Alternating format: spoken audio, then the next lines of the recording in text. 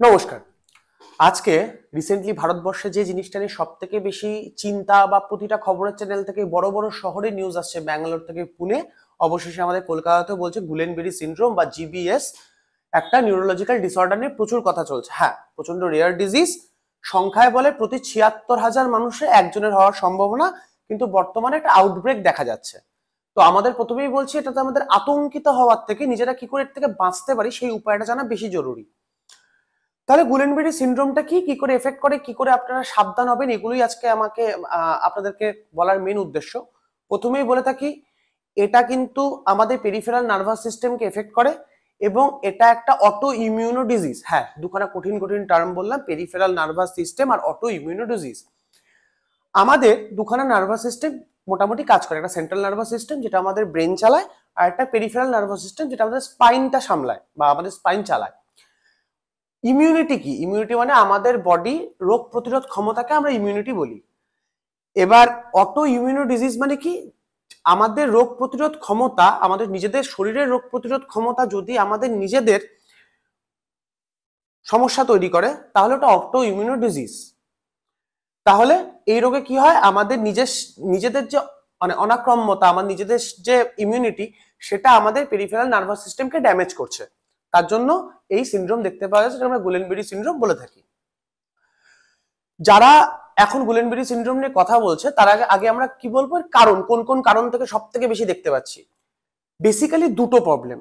আমাদের শরীর এখন যে দেখা যাচ্ছে প্রবলেমগুলো, তার মধ্যে বেশিরভাগই দেখবেন রোগীর দুখানা কমপ্লেন। প্রথম কি, সে আগে ডায়রিয়া থেকে ভুগে উঠেছে, বা তার রেসপিরেটরি ডিস্ট্রেস হচ্ছে, বা তার শ্বাসকষ্টের কোনো প্রবলেম হচ্ছে।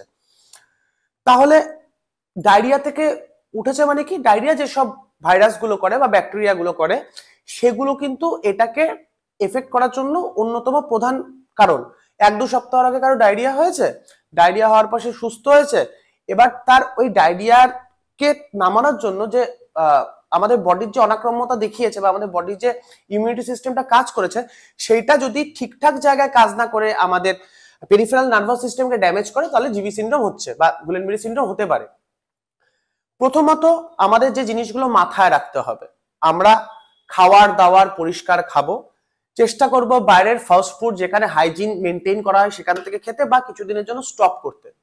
সেকেন্ড, আমাদের যেহেতু আমাদের সেকেন্ডারি আমাদের রেসপিরেশন থেকে প্রবলেম হতে পারে, যারা স্মোকার তাদেরকে বলবো একটু সাবধানে চলাফেরা করতে, যারা ঠান্ডায় ভুগছেন তাদেরকে ঠান্ডা না লাগাতে।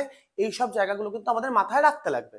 তাহলে আমাদের এই মুহূর্তে নিজেদের সুরক্ষার জন্য যে দুটো জিনিস করার, এক, বাইরের খাওয়া দাওয়া, জল প্রচন্ড ইম্পর্টেন্ট, এগুলো স্বাস্থ্যকর খাওয়া, একটা হাইজিন মেনটেন করা, এবং আমাদের যারা রেসপিরেটরি ডিস্ট্রেসে ভুগছে, যাদের শ্বাসকষ্ট বা শ্বাসজনিত প্রবলেম আছে, তারা নিজেদের শ্বাস প্রশ্বাসের ব্যাপারে কিছুটা সাবধানতা অবলম্বন করতে হবে। এই দুটো হলো আমরা নিজেদেরকে কি করে রক্ষা করতে পারি তার সমাধান। এইবার যদি কি কি সিমটম বা কি কি দেখলে আমরা বুঝতে পারবো আপনি এই রোগ প্রকোপে পড়তে পারেন।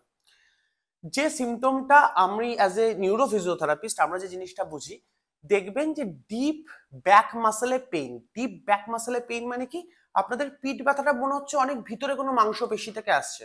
যদি এরকম কোনো একটা পেইন আপনাদের চোখে পড়ে, তার সঙ্গে দেখছেন কি হচ্ছে, যে নামনেস। নামনেস মানে কি, আমার হাত পা গুলো যেরকম করে চলার কথা সেভাবে চলছে না, মনে হচ্ছে একটু শিথিল, আমাদের মুভমেন্ট প্যাটার্ন নর্মাল হচ্ছে না, একটুখানি মনে হচ্ছে ক্লামজি মুভমেন্ট করছে।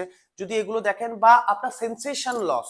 সেন্সেশন লস মানে কি, আমার হাতের আঙ্গুল পায়ের আঙ্গুলের শিরশিরানি আছে, সেন্সেশন ঠিকঠাক পাচ্ছে না। যদি আমরা এই প্রবলেম গুলো দেখে থাকি, তাহলে পরে কিন্তু আমরা মানে আমরা সাবধান হয়ে যাব এবং যত সত্বর সম্ভব ডাক্তারবাবুকে দেখাবো। জিবি সিনড্রোম হলে কিছু সিমটমস আমরা আগে থেকে দেখতে পাই, যেমন বললাম লো ব্যাক পেন। বেশিরভাগ ক্ষেত্রেই দেখা যায় এই অসুখটা কিন্তু পা থেকে ছড়ানো শুরু করে। ফার্স্ট এফেক্টেড জায়গা হলো ফুট এবং লোয়ার লিম্ব, মানে কি আমরা পা এবং পায়ের পাতা, প্রথমে এ দুটো নাম হয়, উইকনেস হয়। তারপর ক্ষেত্রে দেখা যায় আস্তে আস্তে উপরে উঠতে উঠতে আমাদের হাত এফেক্ট হয়, এবং যদি আমাদের বুক অব্দি পৌঁছে যায়, মানে আমাদের যদি রেসপিরেশনে সাহায্য করে, নিঃশ্বাস নিতে সাহায্য করে যে মাংসপেশিগুলো, সেগুলো যদি এফেক্ট হয়, তাহলে কি হবে, আমরা নিঃশ্বাস নিতে অসুবিধা হবে, আমার শ্বাসকষ্ট হবে, এবং প্রবলেম বাড়লে কিন্তু আমাকে ভেন্টিলেশনে অবধি যেতে হতে পারে। ফলে এইসব জায়গা থেকে আমাদের প্রচন্ড সাবধান থাকতে হবে। দ্বিতীয়ত কি জিনিস, বেশিরভাগ ক্ষেত্রেই দেখা যায় কিন্তু এজ গ্রুপ যারা এফেক্টেড হয় সেটা 30 থেকে 50 বছর বয়সী। ছেলেদের সংখ্যা বেশি, মেল এফেক্টেড বেশি। এই জন্য যারা স্মোকার আছে তাদেরকে বলবো একটু সাবধানে, যাতে কোনো রকম প্রবলেমস গুলো আপনাদের অনেকটা আপনারা রেহাই রক্ষা পেতে পারেন। যারা সিওপিডি তে ভুগছেন, মানে শ্বাসকষ্ট বা কোনো পালমোনারি ডিজিজের ইয়েতে আছে, ব্রঙ্কাইটিস আছে, এমফাইমা আছে, এগুলো আছে, তারা আরো বেশি সাবধানে থাকবেন। এবং তার সঙ্গে আপনাদের মেনটেন করতে হবে। তাই বলে ভাববেন না 30 থেকে 50 কিন্তু এফেক্টেড। ইনফ্যান্টও দেখা যায়, বাচ্চাদের দেখা যায়, বয়স্কদের দেখা যায়। বাচ্চাদের ক্ষেত্রে রোগ লক্ষণটা আরো একটু ভয়ঙ্কর। কেন? যে বাচ্চা ধরুন একটা 6 মাস 1 বছরের বাচ্চার ক্ষেত্রে আপনার যদি পা মুভমেন্ট না করে, তাহলে একটা বাচ্চার ক্ষেত্রে সেটা বোঝা অনেকটা টাফ। একটা 30 বছর বয়স বা একটা 25 বছর বয়সের ছেলে মেয়ের ক্ষেত্রে হাত পা না নড়লে আমরা যতটা তাড়াতাড়ি বুঝতে পারবো, একটা বাচ্চার ক্ষেত্রে বাচ্চার কাছে সেটা এক্সপ্রেস করা মোটেই সোজা জিনিস নয়। তো যদি দেখেন যে পায়ে ঠিকঠাক সেন্সেশন পাচ্ছে না, প্রবলেম হচ্ছে, সেক্ষেত্রে যত তাড়াতাড়ি সম্ভব আপনাদের পেডিয়াট্রিশিয়ান বা আপনাদের ডাক্তারবাবুর সঙ্গে কথা বলুন। আর বাকিদের ক্ষেত্রেও বলছি, নামনেস দেখে যাচ্ছেন যে আমার ভলেন্টারি মুভমেন্ট মানে কি, আমাদের এই যে আমার আজকে এখানে আমার কিছু একটা বসলো, আমি হাত দিয়ে মারলাম, এই যে আমার রিফ্লেক্সটা, এটা আমার ঠিকঠাক কাজ করছে না, আমি পারছি না, আমি আমার হাতে ঠিকঠাক গ্রিপ আসছে না, আমি হাঁটতে গেলে মনে হচ্ছে আমি প্যারালাইসিস হয়ে যাচ্ছে বা আমার পা দুটো উইক। বেশিরভাগ ক্ষেত্রে কিন্তু দেখা যায় যে প্যারালাইসিস পা থেকে হয়, প্রথমে পা হাত, আস্তে আস্তে গোটা শরীর প্যারালাইসিস হয়ে যায়। সো এইসব যদি সমস্যাগুলো আপনারা দেখেন, যদি বুঝতে পারেন যে পায়ে নামনেস আসছে, তাহলে ডাক্তারবাবুর সঙ্গে কথা বলুন। হ্যাঁ, চিকিৎসা কিন্তু সম্ভব। চিকিৎসা সবার আগে কি করা হয়, আমাদের ইমিউনিটিটাকে জিরো করে দেওয়া হয়, ইমিউনিটি সাপ্রেস করা হয়। তারপর কি করা হয়, তারপর ইমিউনোগ্লোবিন দেওয়া হয়। আর তার সঙ্গে আমরা যেটাকে সাদা রক্ত বলে থাকি, প্লেটলেটস কাউন্ট বাড়ানো হয়। অনেকগুলো সিস্টেম আছে যেগুলো করলে কিন্তু জিবি থেকে রিকভারি সম্ভব। রিকভার হয়ে গেলে পরে তারপর ফিজিওথেরাপির একটা অনেকটা অংশ আছে, কারণ আমাদের যে মাসেলগুলো যে ওয়েস্টিং হয়ে গেছে, মাসেলগুলো যে কাজ করছে না, সেগুলোকে আবার পুরোনো জায়গায় ফিরিয়ে আনতে আমাদের ফিজিওথেরাপির একটা অনেক বড় রোল আছে। সেগুলো গেল পরের কথা। সবার আগে সাধারণ মানুষের জন্য 3টে কথা এই মুহূর্তে মাথায় রাখবেন। আপনার বাড়িতে ছোট বাচ্চা থাকলে হাইজিন মেনটেন করুন। সেখান থেকে জল খাবেন না, কারণ এটা কিন্তু জল এবং খাদ্যবাহিত ভাইরাস থেকে বেশি দেখা যায়। আপনার যদি ডায়রিয়া হয়, আপনার যদি রেসপিরেটরি ডিস্ট্রেস হয়, এই প্রবলেমটা কিন্তু আরো ইনক্রিজ করতে পারে। ফলে এটা মাথায় রাখবেন যে আপনি ধুলো বালি বাইরের খাবার এই মুহূর্তে অ্যাভয়েড করবেন। এটা আপনার ফার্স্ট কজ।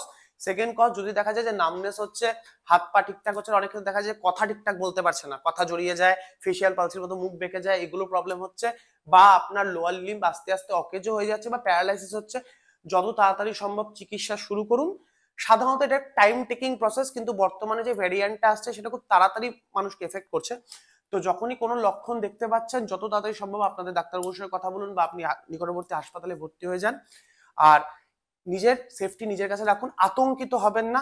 যেগুলো সাবধানতা অবলম্বন করতে বলছি সেগুলো করুন। আশা করি আপনি ভালো থাকবেন। ভালো থাকুন, সুস্থ থাকুন। নমস্কার।